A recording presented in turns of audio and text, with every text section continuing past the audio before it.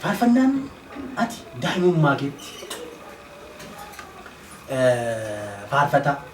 غير فارفنان كتورتين يوكا يروج تجاجل اللي جل قبضته كانتين تجاجل جل قبض فارفنان أتي فارفتة تجاجل تين جل قبض ماي فارفنان تجاجل جل قبض يا كيسي كلو فارفتا فارفنان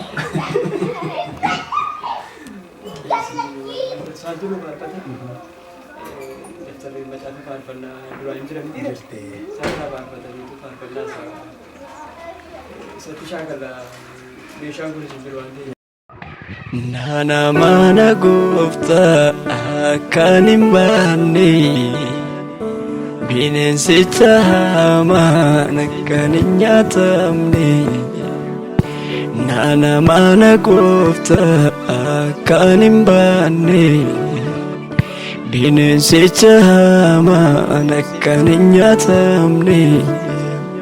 Chaka gudda keessa koba yemmuun deemu Atana wajjini garaan korrafamu Amma dhumaatti iyyooti amanamaa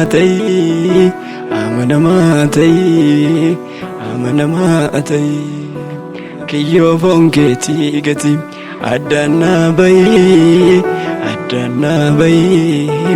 Adana bay ani mogom fulfina si fidin nufa yammus wajjin darbina yaaddoon kee nafa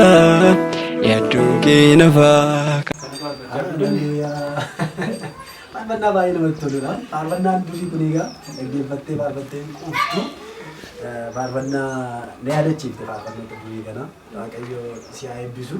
मैं पार्वत तो तब ना के पार्वतना ने पार्वता ने बाई नहीं किसी बात तो भी पार्वतना ने जान करेंगे पार्वतना बाई किसी बात तो पार्वतना बाई जान लगो इलियास का बता दी बारिश इत्फाकात इलियास बाई बिशाता स्पिरिचुअली का बाई बिशाता उनगीरा का ना अलोता फिर बाई सुना बदल लोगा नमोनी बाई नहीं فارفنا ملوا بيقول لك تكسيني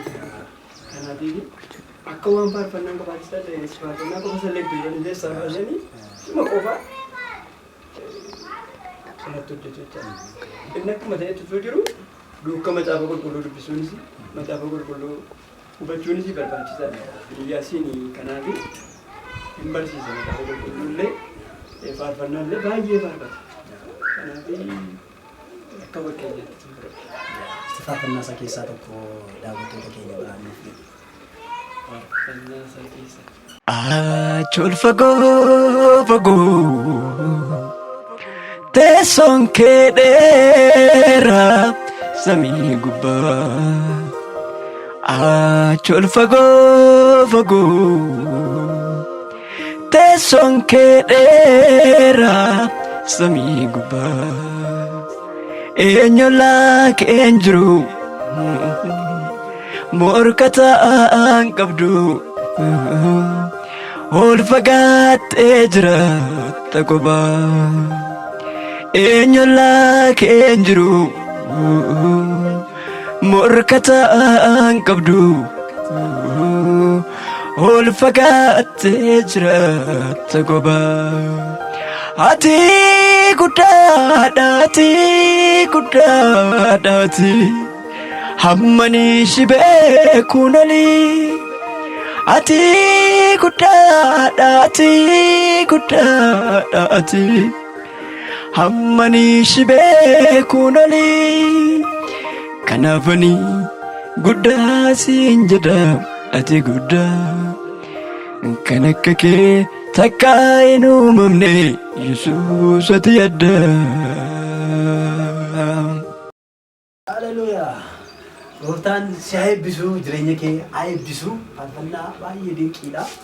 Mee asumaan faarfataa Eliyaasii maal jetta? Tu argattee maal jetta? Faarfataa Eliyaasii asumaan Waaqayyo bara kee eebbisu mootummaa isaatiif mootii qopheessuun jedha. Inni guddaan mootummaa waaqayyoof qophaa'uudhaan. Tabu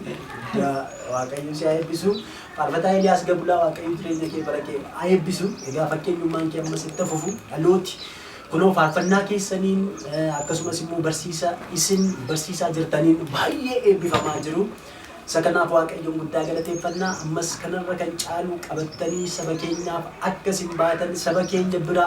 ergaa gaggaarii kana akka geessiftan asumaan dhaamsa keenya isiniif amna jechuudha waaqayyo bara keessaniif maatii keessan eebbisu.